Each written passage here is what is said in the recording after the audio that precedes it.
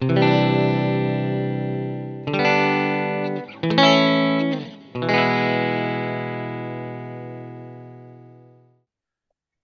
morning. Hello. I don't know how you say that in Greece. Welcome to Thaneco, my guest once again on Headphones, my YouTube channel, where you can obviously subscribe.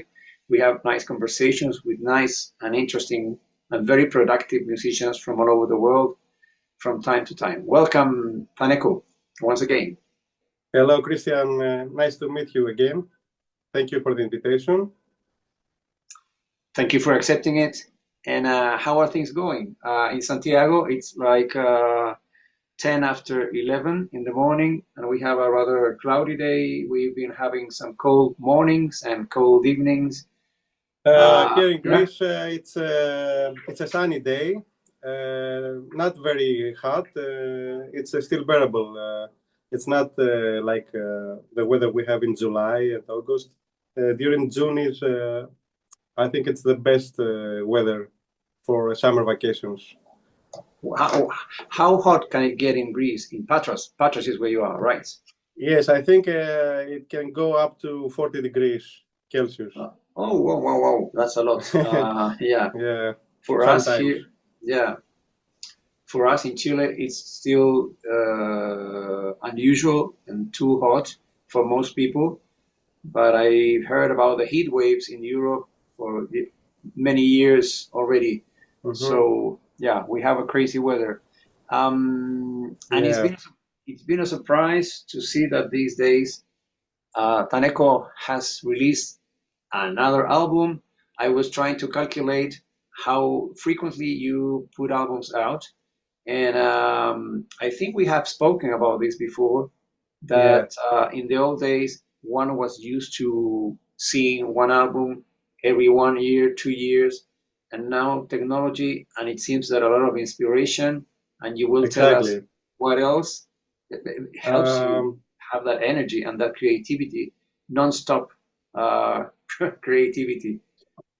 yeah, it's definitely what you said. It's technology makes it easier for a producer to produce albums and have them available in different formats, digital, CDs, uh, even vinyl is very easy to do nowadays. And Yeah, everyone can very easily produce an album in their bedrooms with minimal effort. You don't have to have too many expensive equipment to do something very good. You know. yeah. Well, you have to know a few things about mixing and mastering to be able to do something that Sounds. that sounds professional, but Mm. you can still achieve very professional uh, uh, goals with minimal effort. How Um, how yes. much do you demand from yourself in that sense? Um, do you always strive for a high standard, I suppose? Because I don't think that I have heard one single album by Thaneco that doesn't sound amazing, and it sounds totally the usual professional thing. So it's interesting First to of all, know. thank you very much. Thank Yeah. you very much for saying this. I didn't study mixing and mastering. I just learned it by myself Mm. from comparing my work to other musicians, to other professional musicians. And from time to time, I learned a few tricks and a few things that were very very critical to mixing and mastering. And from a very early time in my life, Mhm. I was learning how to use the mixers, the you know how to do very simple things with synthesizers, make sounds. But Uh, how could you approach that? Because in my case, well, this is about you, not about me. But I used to be like a neighborhood DJ when I was 12, 13, 14. So I was carrying my records under my arm, and there would be Mhm. a record player. And then I began playing music in parties. Then I started using the first mixers, very simple ones. But how Mhm. did you, where did you find the chance to practice all this? First of all, I began studying the piano. I was when I was a kid. I took piano lessons. My mother was a pianist, and she taught me the piano, uh, classical piano. Then when I was like 18 years old, 19 years old, I formed a band with some friends of mine, and some my friends knew how to mix to play the microphones close to the amplifiers, and from my friends I learned a lot. I learned some techniques that I needed for myself, and the band is called The Flow. Here's the album. Look at that. Yeah, interesting. uh, Incubation. We released this in 2003. uh, it's progressive rock. So we began playing progressive rock. Mhm. For many years, we had our own space to write our own music. Okay. Later, uh, we could not do any more music with this band, so its member had to follow their own ways. So we didn't do any more albums after this. But it's considered to be a very good one, and it's still, if you want to listen to it, it's available Yeah. on Bandcamp. It's available on Bandcamp, and I still have some copies if someone is interested. uh, Yeah. it's progressive rock with cinematic music. It's hard to describe. It's not a specific style that I can associate. One has to listen to be able to understand. The name of the But band, it's a, sorry, the name of the band is The Flow, right? the flow, yes, exactly, the Because flow. I do have you, Thaneco, on Bandcamp, but I don't think the album is on your Yes, personal. It is there? uh, it's the album is on Bandcamp, but it's not on my Bandcamp page. It's on a different page. What's the name of that You, page? I think it's the flow. Mm.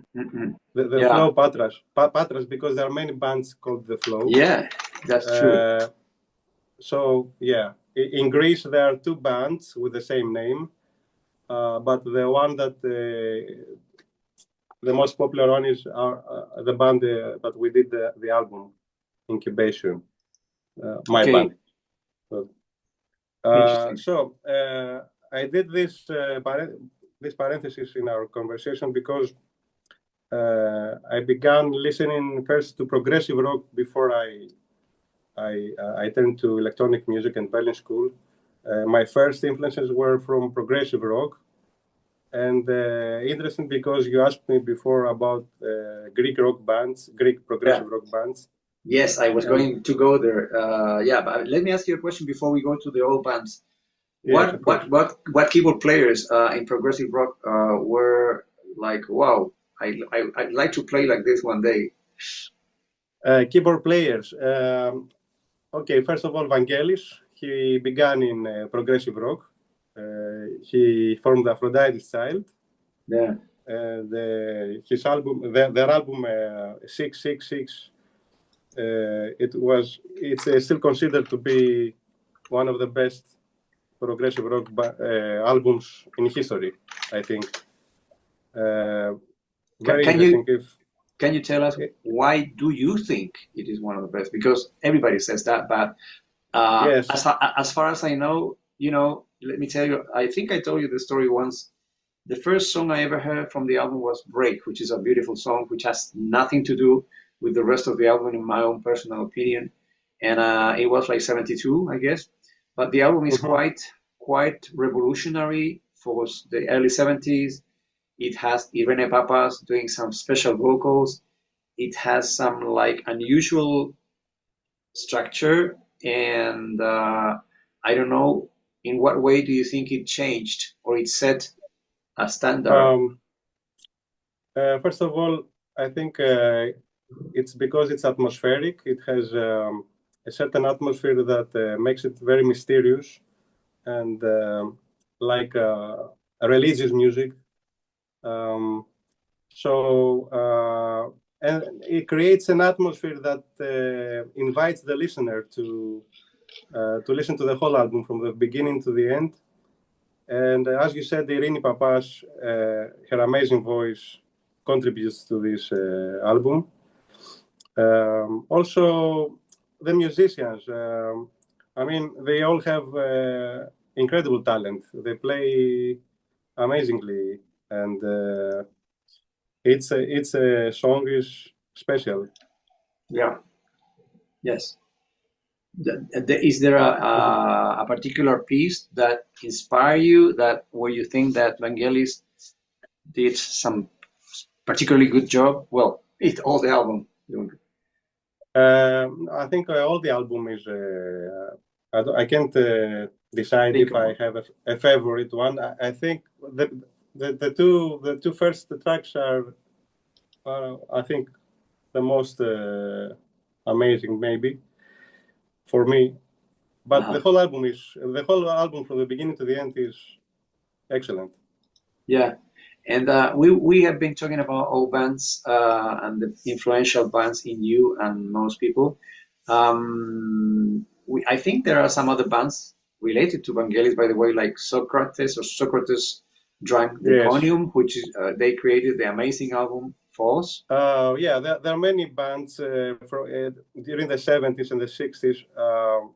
I have some favorite bands, like you said, Socrates, Drank the Conium, and also known as Socrates. Yeah, They played progressive and sometimes hard rock. Also, Akritas, Aphrodite Child, like we said, uh, PLJ Band. They had an album called Armageddon. okay. Very interesting if you find it. Willow the Wisp, Purple Overdose, and also we have to mention that Socrates, like we said, they did an album with Vangelis called Phos. Yeah, Phos is a Greek word for light. okay. They did this in 1976. Very good album, highly recommended. And And do you know if any of these bands or musicians are still making music apart no, from, no. well, no. I think maybe Willow the Wisp and Purple Overdoses they still exist, but I don't know if they still make albums because they're very old bands. Okay. Maybe they continue, but Yeah. I haven't followed them Okay. to see if they are doing anything new. And also outside Greece, there are other great progressive rock bands that influenced me as a musician. We have to mention in Italy Premiata Forneria Marconi, Banco del Mutuo Soccorso, Area, Yeah. and another band called Goblin. Goblin, Oh they did, yes. yes, amazing. They Yeah. did soundtracks for Dario Argento's movies, for horror Mhm. movies. Amazing band. That's They did, Claudio. Claudio is the genius there. You know yeah, the yeah, yeah. keyboard player. Oh, yeah, Yeah. yeah, Hmm. amazing talent. Yes, Hmm. and friends with John Carpenter. I saw a picture. I saw them recently in an interview. They were together in an interview. I didn't knew that they were friends. Yeah, I didn't know Know each that, other. but I think that the good thing about Goblin, if you allow me to say so, Thaneco, is that they made these soundtracks, but they also made a parallel discography with their own rock records, and they are really amazing. One of my Mm-hmm. favorites is El Fantastico Viaggio del Vagaroso Mark. which has amazing keyboard by Claudio Simonetti. Claudio Uh, Simonetti, yes, yeah, exactly, yes, yeah. yeah. I was going to say, how healthy is progressive rock in Greece these days? Um, Um, yeah, I don't think that people here in Greece listen to progressive rock like the other people in other countries like Germany, England, mhm, mhm. the United States. Uh, okay, Greece is a small country, but uh, they, I think Greek people, they all listen to very um, to the popular music, mostly popular music, and there are still uh, young people, students that always like to search for new kinds of music, interesting kinds of music, and they search the old bands and the new progressive rock bands. But I don't think that here we have a large audience for progressive rock. Well, There are you still do. people that listen, but they're not. I don't think there are too many, to be honest. Mm. Well, Uh, don't forget when you mentioned Germany and all those places, the UK, Chile is also a very big, yes, good place for progressive rock because, when yes. Steven Wilson has come to play, I myself have been amazed to see places like the Movistar Arena, which is a big, big place, totally I, full, sold out. and I think Chile has they had progressive bands in the 70s, did they? Yeah, yeah, yeah, Uh, yeah, a few really. Yeah, I think we all have in our hearts and in our minds, Los mhm, Jaivas and Congreso, Fulano. That's more fusion, but mhm. progressive as such. We have Isles these days. We have yeah, but we have many fans of progressive music. Now, what is your relation? Because I just checked last night when I was preparing this conversation that you have an interesting relation with an Argentinian label that released one recent work by you, Cyclical Dreams. Cyclical Dreams, exactly, yes. Yeah, what's the connection with that record label? Um, I was searching for a label for my next albums because Singate Records, as we all know, doesn't exist anymore.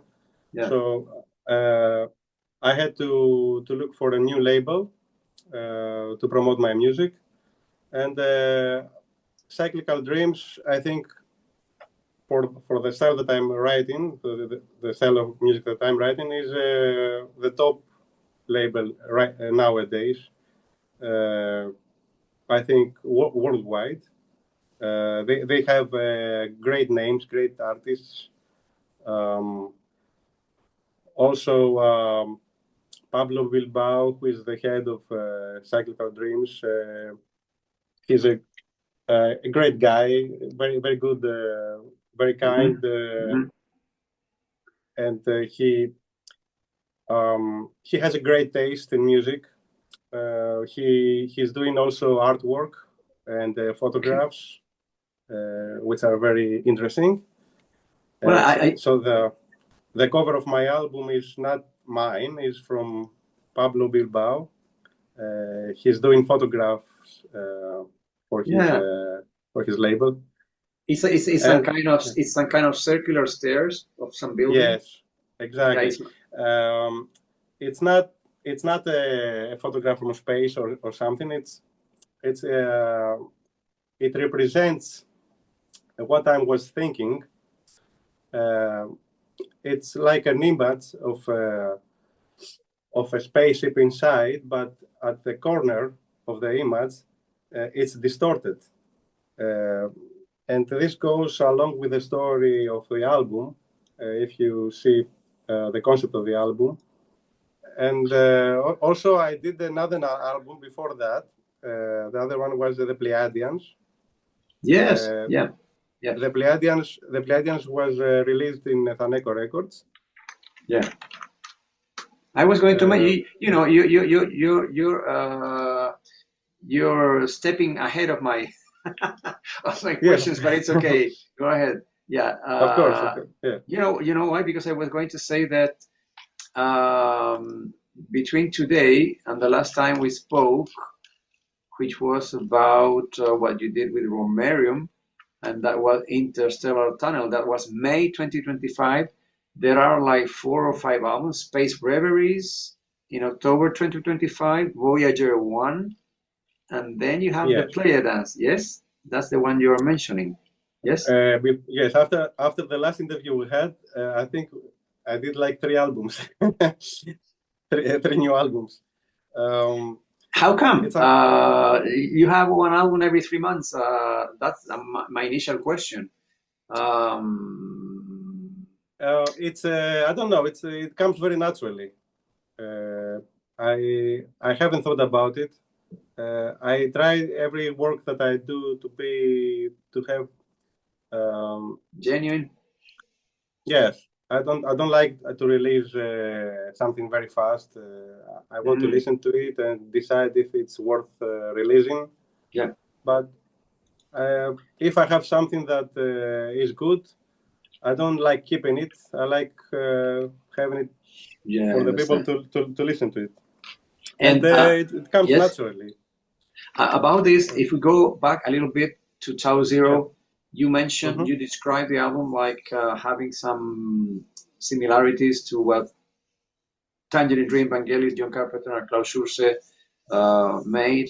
But personally, if you allow me to say so, I was checking the sound of the album, and for some reason that you know better than I do, is probably the synthesizer you used. It particularly reminded me of a very dear album to me, which is Michael Koenig's Departure from the Northern Wasteland album, uh, which is very, Berlin school based, oriented, and it has this, I don't know what synthesizer is that sounds very similar. And yeah, I really recommend this album, by the way.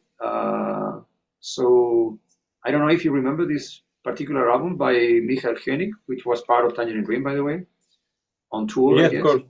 Yeah. Yeah. Hmm. Mhm. Yeah, and then you have let me just check before I slip some.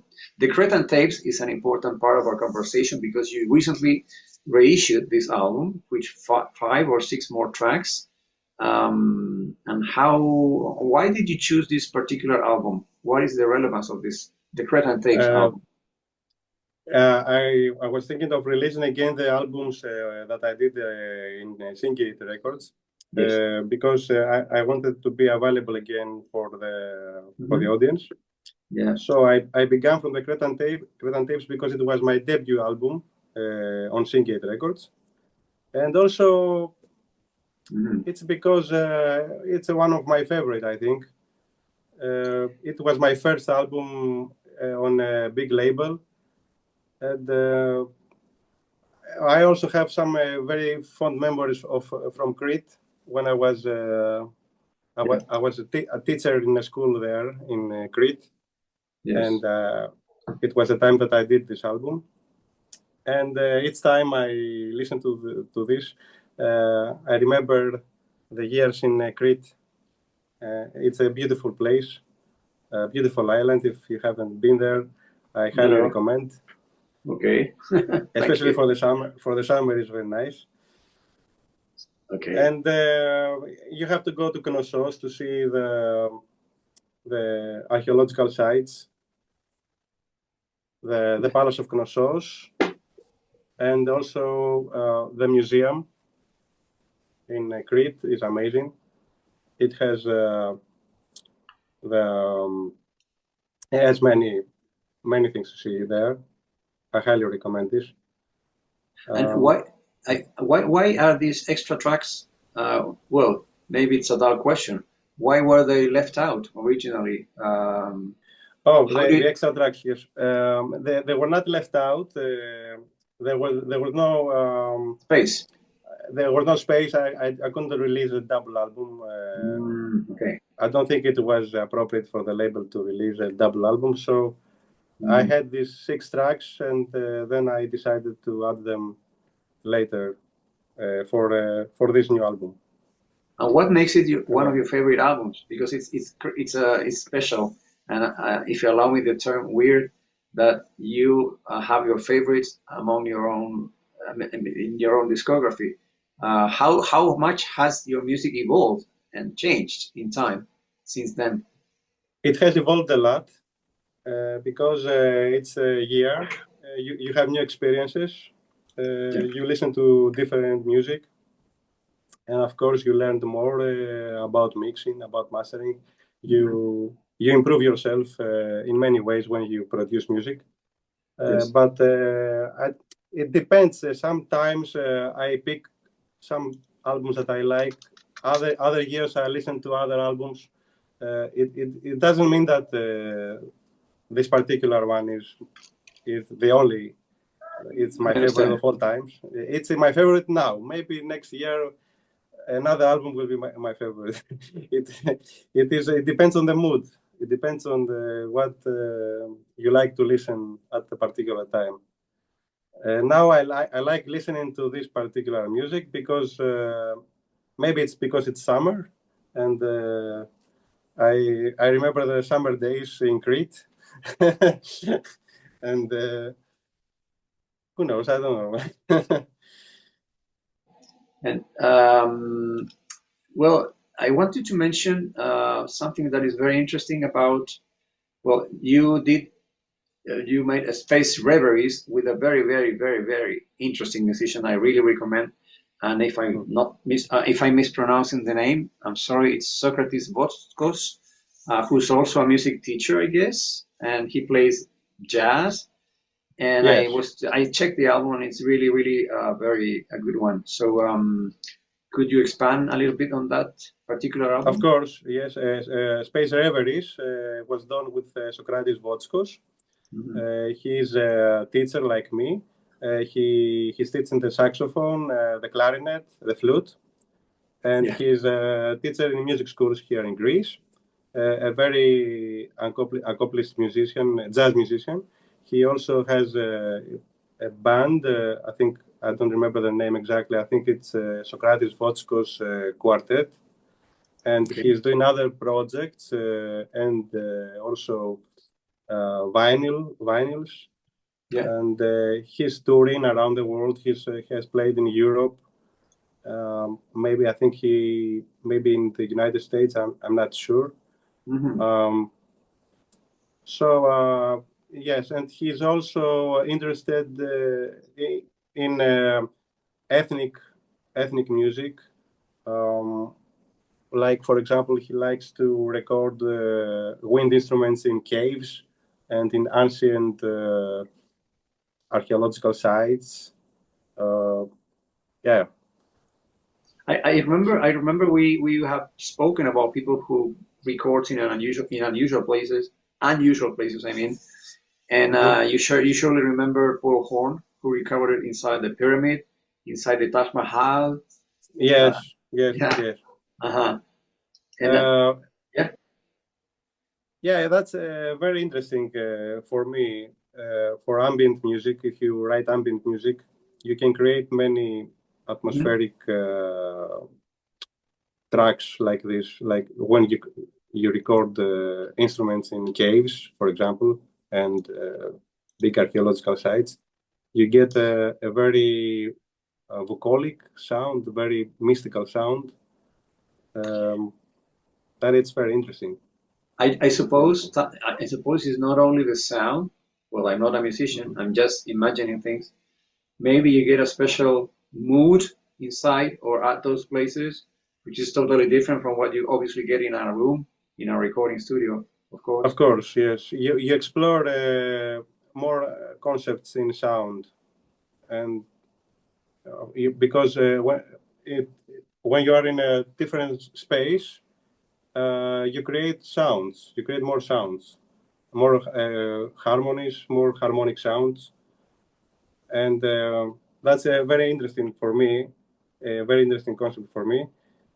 I don't play wind instruments, but I can understand why Socrates likes to record in these places. Okay. Now, what about Voyager 1, which came out on December 2025? And if you allow me to, a few seconds to explain, there's a note that explanation on your Bandcamp page that says that this record that was launched into space plays like a vinyl record, and it's like some sort of signature for whatever extraterrestrial lives find it. It has greetings in different languages. It has sounds from Earth, whales, and all that. Music from classical to Chuck Berry and all that. And what was interesting to read is that it will get lost, or eventually after some time. I don't understand that much. Yes, I didn't know this. I had whenever I start writing an album, I do some research before. Yeah. Because I'm very interested in science fiction. Not only science fiction, I'm interested in every concept about space and about technology and astronauts. And I did a research about Voyager 1, and I saw that, first of all, it's the only object that humanity sent in space, the most distant object that went outside our solar system and beyond, very far away. And it carries a message to a potential other civilization. And it's like putting a message in a bottle and waiting for someone to discover it. Yeah. So that was a very interesting story for me to begin writing music, to write this concept. And the other thing is that after many years, like I say in Bandcamp, when humanity ceases to exist, this object might be there because it's an object. Someone will discover it, and they will say, before so many years, humanity existed, and we found this last the last object of humanity. So that was very dramatic, very very interesting for me to think about this. And what album? What album? Oh, well, you have so many. What album would you like to have been included on that record as a message in a bottle, musical message in a bottle, but by Thaneco? Well, I would like my music to be there in this in the spaceship, but that's very selfish to say. I think whatever they put in there, it's very good because they put classical music from Beethoven. They put very important information about humanity, and yes, every music that they put is very very important, and it's a characteristic of humanity. So yes, I agree with what they send. They could send even more, if you ask me. But we don't know if aliens listen to progressive rock, for example. I was wondering about that because it's funny and strange and special that human beings try to communicate. There was a movie called Signals, I guess, some years ago, where they intelligent life from other dimensions were sending signals, but I don't know if extraterrestrial have done the same, like sending us some message. I don't know what we mean to them, believing that they exist. If we are one among many, if we are just this strange group of beings that are very destructive but at the same brilliant, and it's like a permanent contradiction, etc., etc. As for now, we think we know that the United States have released files with the UFOs, and we know that they exist. I believe that they exist, and we see the videos from the United States, and these objects, these very fast objects that travel in the sky, they say it's something that they cannot understand. We don't know what it is. Maybe it's a spaceship from another dimension. Maybe it's a physical phenomenon that we cannot understand. But in my opinion, they exist. And of course, they exist because I think God created many different species, and life is everywhere and beyond Earth. Yeah. And if we believe in God, I think we have to believe that we're not the only creations of God. And it's safe to believe that other beings are intelligent beings are beyond the Earth. Mm. Well, this is a difficult question. We are just, I don't know, improvising. Uh, what do you think could happen or maybe be about to happen so that these civilization, these, I think they look like wiser than us. I don't know, maybe different for them to show up because we've been centuries after centuries uh, saying that they are about to come. They seem to be coming. They seem to be near. Why? What's the purpose? We don't know. I don't have the answers. Yeah, of course. I'm like you. I'm doing research. I always like doing research all the time with YouTube and with books and everything. Yes. And from a little child, I was very curious about the UFOs and the aliens. And in my whole life, I'm always searching and researching. But it's difficult to have answers. But I'm pretty sure that they exist, and one day we'll see them. Maybe they don't want to be seen. They are trying to help humanity, and they are in the background doing things that we don't understand. We don't. Even if we see history, like if we see the ancient Greeks believed in the 12 gods, the god of war, the god of wisdom, etc., etc., etc. These gods may be other beings Okay. that helps humanity in a way. Of course, when we say this, we don't mean that God doesn't exist. God exists for me. I believe in God, but that's a different thing. It's a different thing to say. It's a religious concept, and we are. It's another conversation that we will take many hours. Yeah. To I was yeah. I was going to say this is not easy. I'm getting into difficult things. It's a very difficult conversation, and sometimes I cannot. I don't have all the answers. Nobody has. And Yeah. Yeah. Nobody.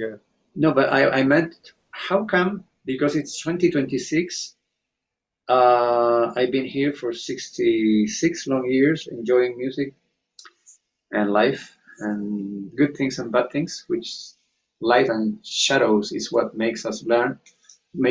But then, how come that in 2026 we still have wars?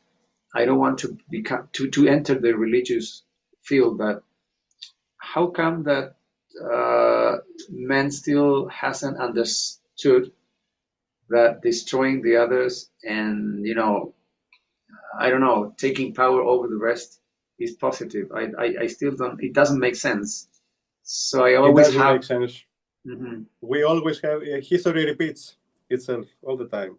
We always have wars. We have a period of war, then we have peace, then again war, and humanity never understands that this leads nowhere to fight with each other. It's very stupid to kill people, and we see people killed every day. Like from the Ukrainians kill the Russians kill the Ukrainians, and this never ends, Mhm. and we see innocent people like children dying.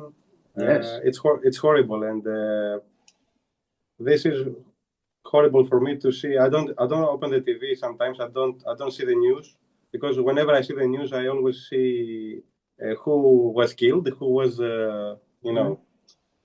The Yeah. news are terrible. I don't even watch the news anymore, Mhm. because it makes me anxious. And then I cannot function. I cannot create Yes. music. It's Uh-huh. horrible. It is. I try to be outside this. It doesn't mean that I'm not interested. Of course, I'm interested, and I see the news every day.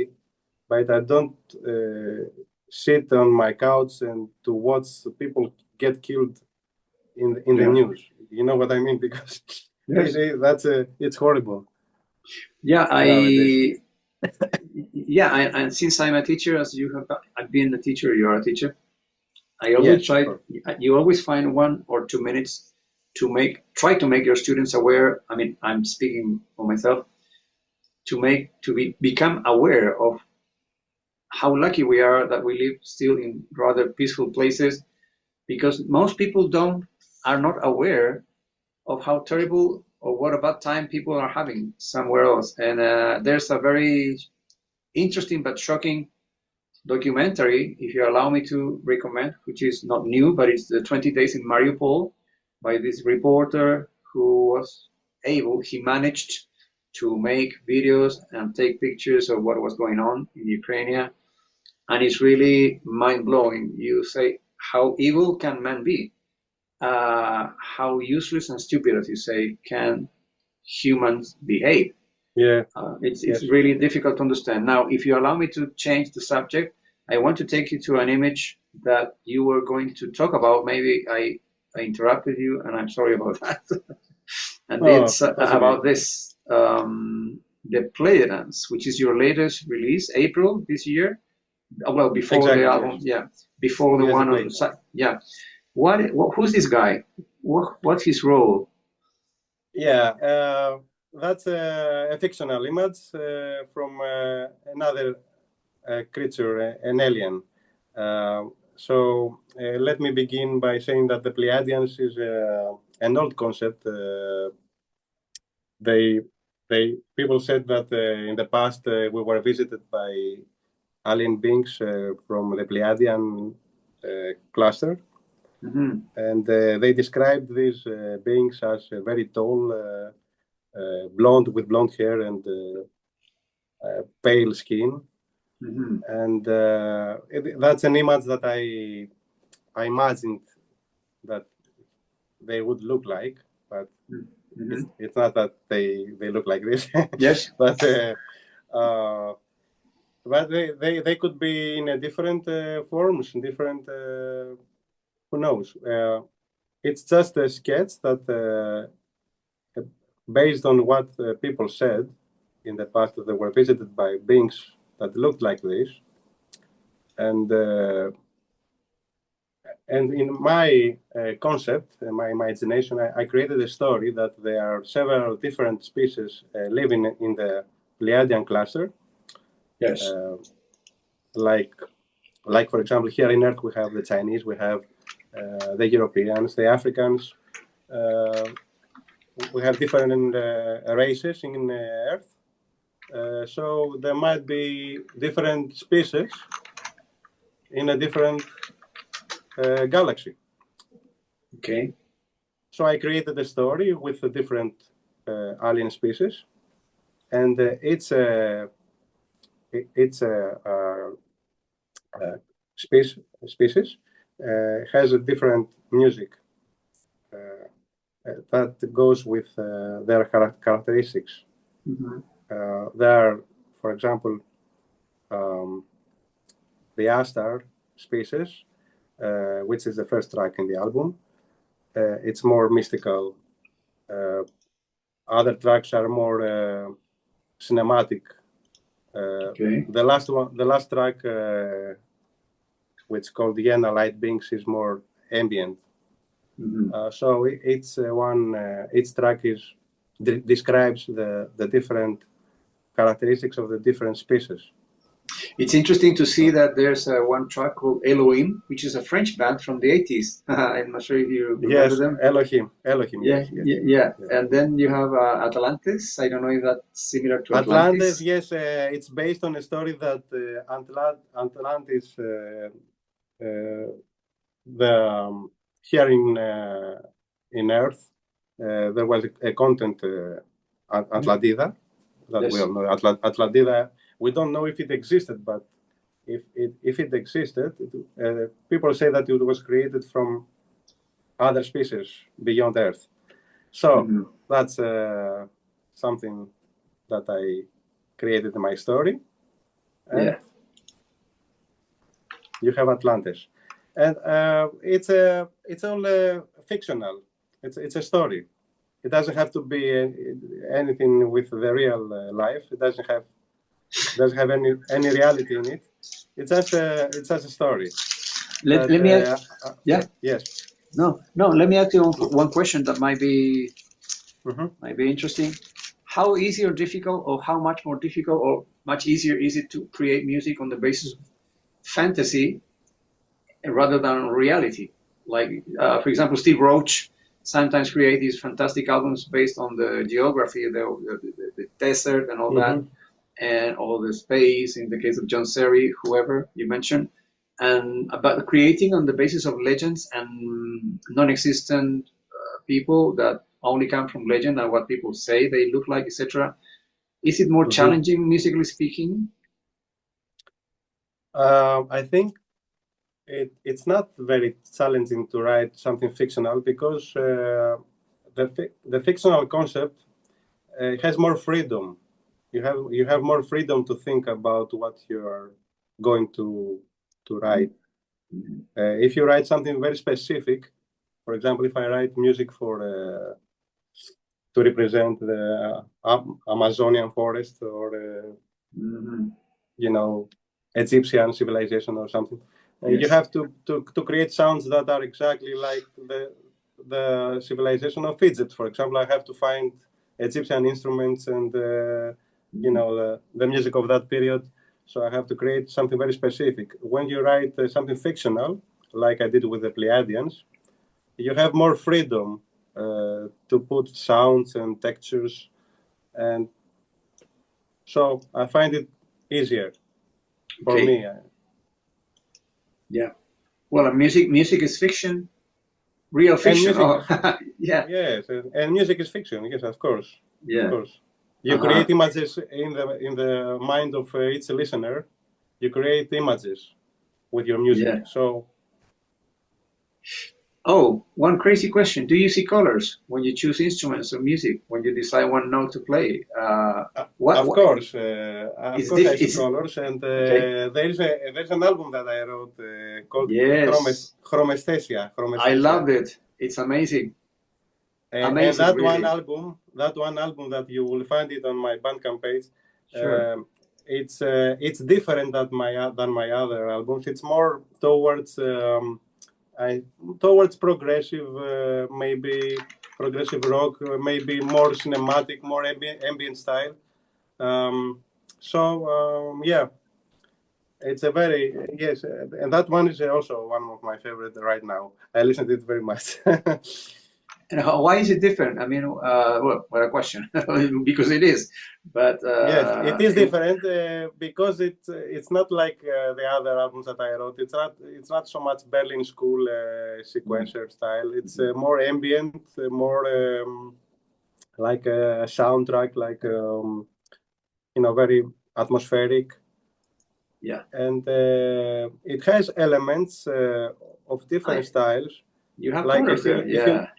If you listen to track number 10, for example, Red, that one is very interesting because it has music from Middle East. Okay. And sounds very oriental. And other tracks also have other elements from other styles of music. So yes, that one is one of my favorite right now. I listen to it very much.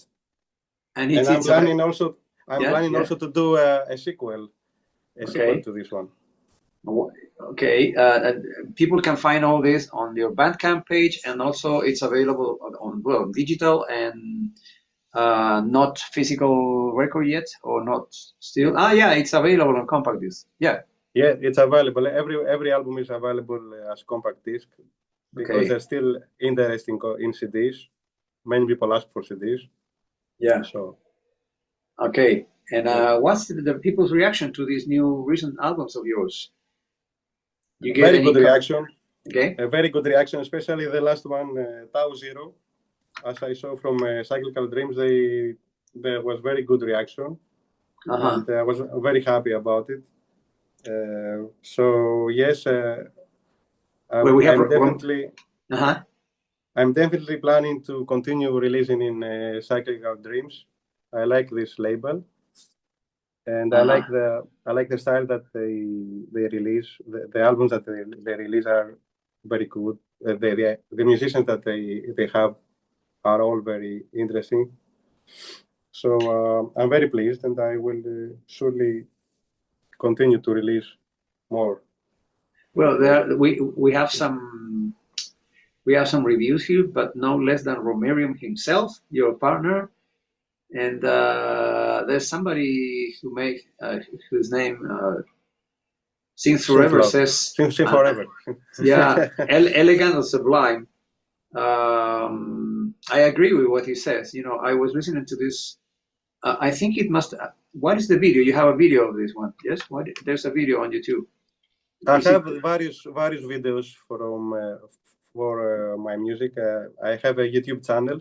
You can Yeah. find it in YouTube, Okay. Okay. and I create some videos, not very professional videos, but they all have certain certain style, Yes. and I'm not very comfortable to create. I'm not a visual artist, so I don't Uh-huh. and I don't have time to create Yeah. very professional videos. But I think from what I see in my YouTube channel, they're very pleased with what I did. So How, uh, how important do you think image or videos are over the music? Because you have your fans, you have a cult, you have some people who follow you. They've been following you for years. yeah, So it's very important, very mhm. important, and I should do more with my YouTube channel because I think that what the people see when they see something, even when you, for example, I don't know if you are familiar with a new band, a progressive rock band that got very popular nowadays. Angine de Uh, Poitrine. yes, exactly. Of course, I could not. everybody They knows that one. they wear these masks, these Yes, masks and this. yes, yes, yes, They're amazing. When I saw this band, the first thing that got me was mm. what they were wearing, the Yes. colors, everything. So it's very important how you represent what you're playing.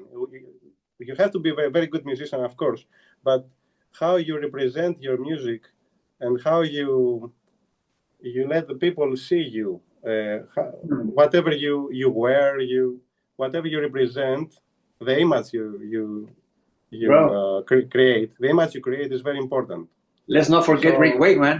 Let's not forget Rick Wakeman. Eric He Wakeman, used yes, these of course, capes. Yeah, he made a distinctive personality on stage, didn't he? and many other. Yes. If you all these progressive rock bands that we said, they all had different look on stage. Yes. They wear Uh-huh. different costumes and stuff. Yeah, it's Yeah. very important. And of course, the music videos are very important.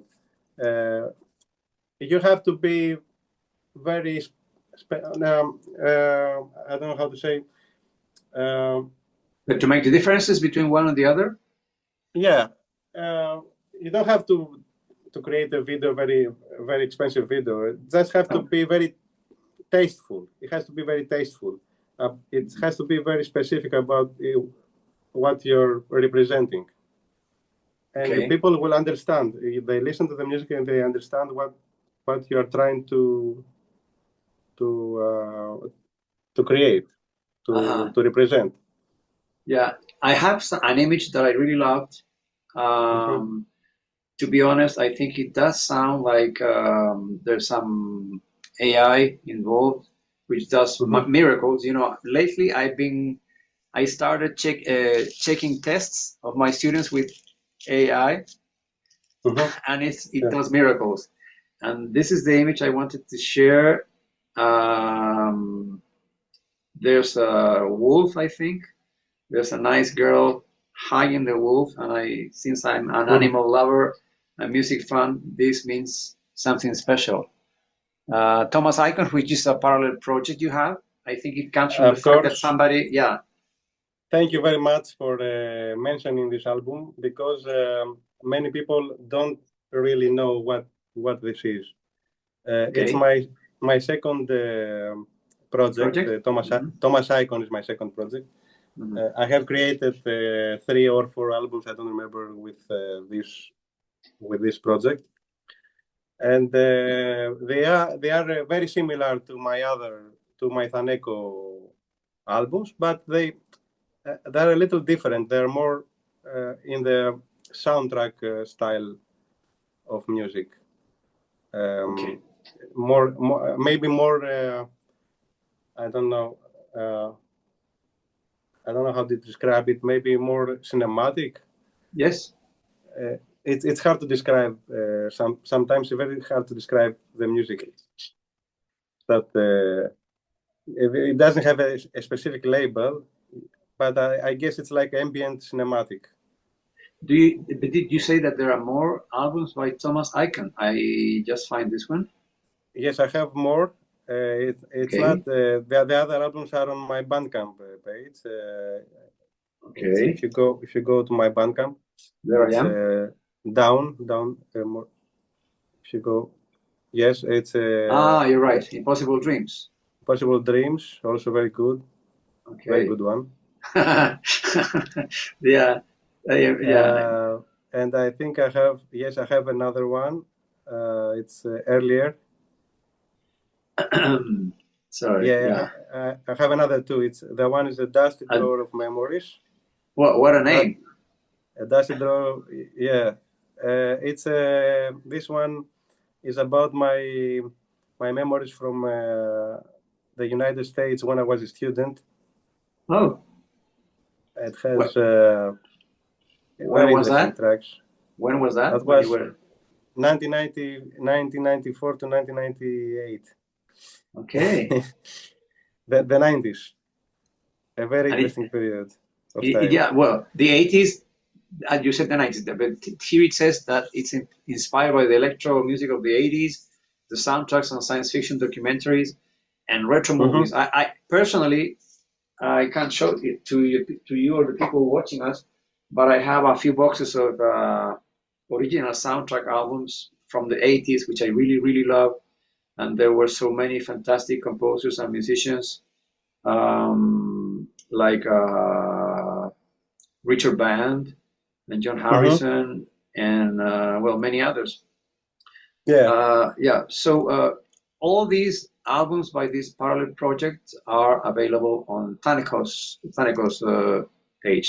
and also And let's mention the first Thomas Icon album, which is if you go down, okay, yeah, oh, you pass it.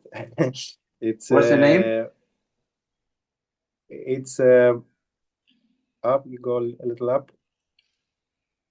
Okay, there you go. Retro soundtracks and space collage. Mhm. That was the first one. I think that's even more interesting, if you ask me. I ask It's you. like Yeah. it has elements of progressive. Okay. 2018. Yes, very nice album. I highly recommend if you want to listen to Thomas Icon, begin from this one. Okay. Very good album. Very good album. If you allow me to, Uh, before we, yeah. we before we go to the closing of our Hmm. conversation, which has been very nice, last night I was checking this Bandcamp page of yours, which I recommend, of course, to everyone watching us, and I found this very particular, like old-looking illustration, psychic images. The name Yes. alone is very suggestive, and I thought, wow, this must sound interesting because it looks like some It monk or is interesting. priest. It It is very sucks. interesting because it's Uh-huh. my first album that I did when I was very young, and it has elements of progressive rock, experimental music. Yeah. Uh, it has some IDM and some proto electronic that I cannot describe. You Yeah. have to listen. Is It's very this? experimental. It's experimental Yes. in some ways, but it's very good to listen to it. It's not that it's very experimental. You can listen to it very nicely. Yeah. It's It's quite varied. I noticed that every track is different from the next one. And I was going to ask you, what about this guitar player? I'm sorry, I cannot pronounce it. Buzias Akis? Bosias Akis, a friend of mine from childhood. He's a great guitar player. He played in our band, The Flow. He's the guitarist from The Ah, Flow. okay. Yes, the guitarist from the band. And we collaborated in a way in this album. He played some guitar in some tracks.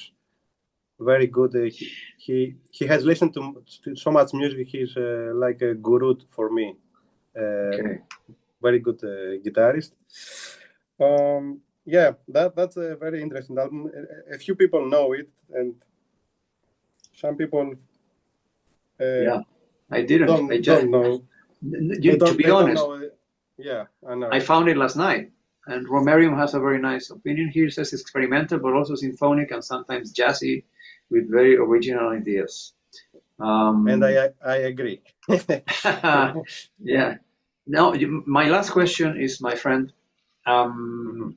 have you ever considered returning to having a guitar, a guitarist as a guest in your projects? Or maybe you were singing in the album. You made some vocals, maybe some. Yes, Yeah, and okay. I like singing. I don't think I like my voice too much. I don't think I am. A great I'm, singer. I, I'm a great singer. I have a good voice, I think, but I don't. I'm not very proud of being a singer. I could easily try in an album. I don't Okay. know. I'm not very confident. Um, but I play some guitar. Ah, If you listen to the new album Tau Zero in Cyclical Dreams, there is a guitar passage that I play okay. in a track. I think it's the track billion. Forget the title. Billion Okay. moments, billion years are moments, something like this. Well, Yeah, I and I plan to learn more how to play. I'm not a very good guitarist, but I play some guitar. I like playing electric guitar. I like very much. interesting. Yeah.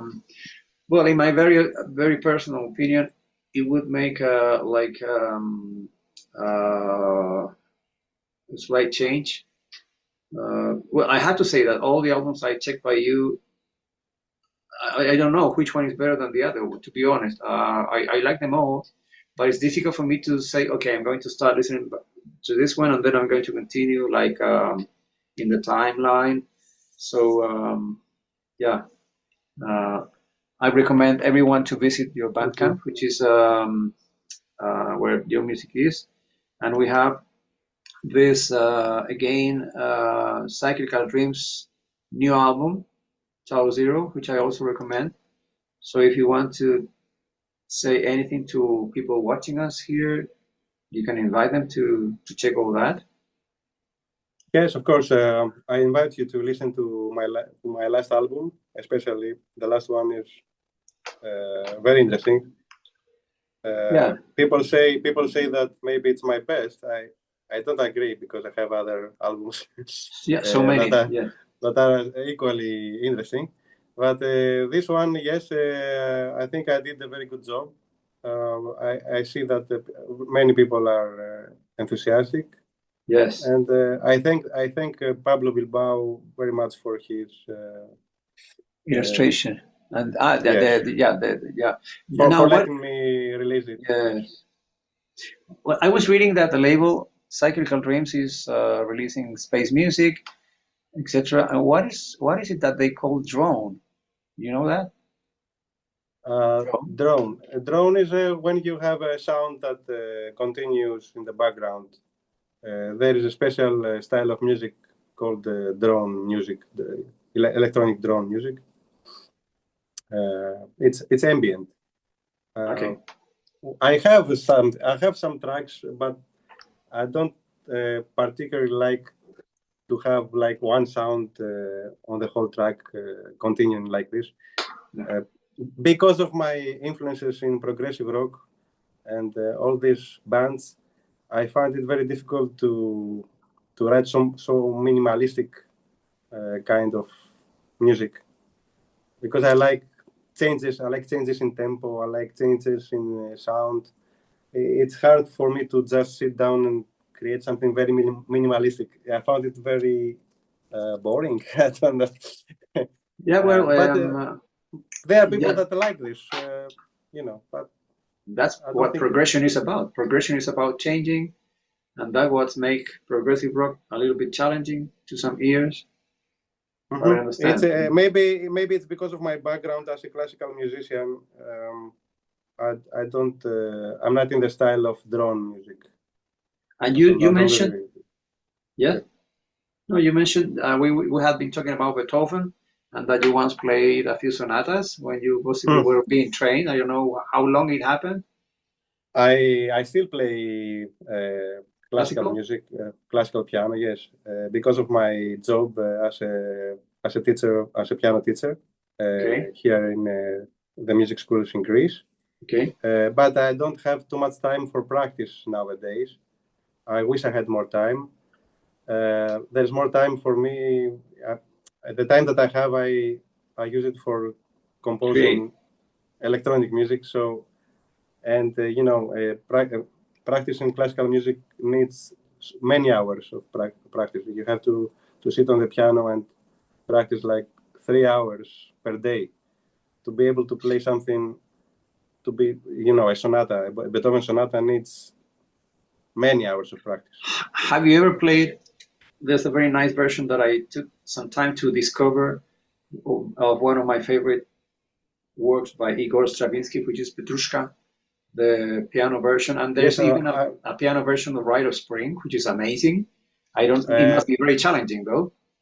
yes, I'm familiar with this music. I know it because I did it and I studied in the Hmm. university. I haven't played it on the piano. It was written for orchestra. Yes, I know they have versions. They have piano versions, of course. yes. I don't. I haven't played it, but I have played other works of Bela Bartok. I have played piano works of Bela Bartok, Mikrokosmos, Bella Barbaro, another nice piano piece by Mm. Bela Bartok. Mm. I have played Beethoven sonatas, Mozart, Bach, Debussy, maybe. Debussy, of course, the Clair de Lune, Yeah. all the popular works of Debussy. I have played them Uh-huh. because I was practicing the piano when I was a teenager. I was under my mother's, uh, she was teaching me the piano, and later I took piano lessons in the United States. I played concerts in the United States, but I didn't want to continue as a performer, as a piano performer. I wanted to be a composer of cinematic electronic music. So You you probably remember your mom playing uh, in front of an audience, something that caused an impression. Did she ever play it in front of audiences? of course, my mother played many concerts, and from what I remember her playing when I remember her when she was uh, practicing the piano. I was a little kid, and I was going underneath the piano, uh, beside her legs, and I was listening to the sound from the piano. It was I still remember this. I have this memory, and from what she told me when she was pregnant to me. She was practicing the piano, and she was pregnant to me. So Yeah, yeah. Well, maybe that when I was an embryo, I had I was listening to classical music as well. I have no doubt. Yeah, I have no doubt it was like that. Who Yeah. knows? Yes, Uh-huh. nobody knows. Maybe the embryos can still listen to classical music. That's why they have The hospitals that Mozart. play Yes. hospitals play classical music for the pregnant Yeah. women Well, it would be and for the time that patients. they maybe should start playing electronic music in hospitals. Why not? Electronic music, of course, but it has to be music that has certain frequencies because Okay. the frequencies help. Um, they help human beings in certain ways.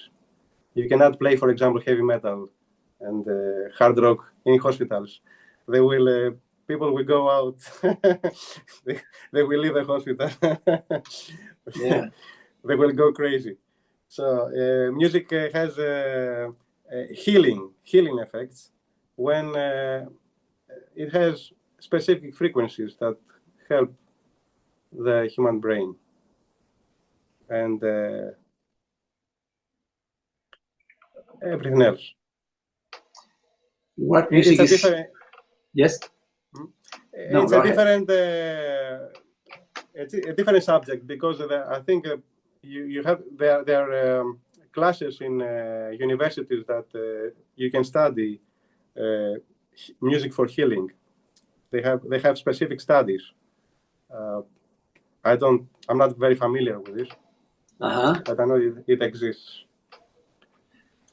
Well, let's close now our encounter. Mhm. I thank you for. It's been very, as always, informative and fun. Let me share with our listeners and watchers something that you, I think, wrote about this track called Chromesthesia, which is an album really. It's a rare neurological phenomenon where hearing a sound involuntarily triggers the perception of color, shape, or movement. It is not a disorder, but rather a naturally occurring blend of senses where a sound, whether it's a C note or a car horn, simultaneously paints a vivid visual. And again, back to the color thing and back to the perception of music, I think it's amazing how music, as you say, can heal you or it can take you down. It can make you depressed or unrest or anxious. And Mhm. well, it should be the topic for another long conversation because it's very complex. So thank you for the time. Yeah, you Thank want you to very say much for inviting me for the third time inviting me. yes? And I had a great time talking to you because you have great knowledge about music, and Thank you. it's always fun to have a conversation. And I hope in the future to have another one. We surely will. Just let me know when your next album is going to be out, and then we can see it again. I hope it's going to Maybe be. yeah, No one knows. there is going to be another one, another a new album with Romero, but Oh, it's very close. It's going to be released in July. okay. It's called the Undiscovered Planet X. The Undiscovered Planet X. The Again, Undiscovered Planet X. Wow. the Undiscovered Planet X. Yes, it's again sci-fi based, very Berlin School ambient with rhythms, and it's very interesting. We're in the process of writing it now, so maybe we talk again during We July, will. or maybe some other time. We'll see. Well, I hope Romero is fine. Give him my regards. I can send. Of course. Yeah. And as one recommendation I have for you, I'm sure you know this guy who's a famous man. He's been playing lately, and he has a very beautiful album. Which ones? Another great keyboardist from France, Jean-Philippe Riquiel, who makes amazing music. I He, have heard of him. Yes, yeah, yes. he once said that he was a fan of Stevie Wonder, for example, but he also mentioned this album, which I really, really recommend, by Todd Rundgren, a giant of rock music, and he's still playing. And this album is called Healing. and the picture shows it all. It's a very nice pop rock, electronic oriented album that I recommend everyone who has been watching this conversation, because this is really an amazing album, as many of his discography albums are. So thank you for the time, and let's talk as soon as something new comes from the oven. Yes, Take care. sure. Yeah. Thanks. See you soon. Have a good day. You too. Thanks. Thanks a lot. Thanks a lot. Bye-bye. Okay, bye-bye.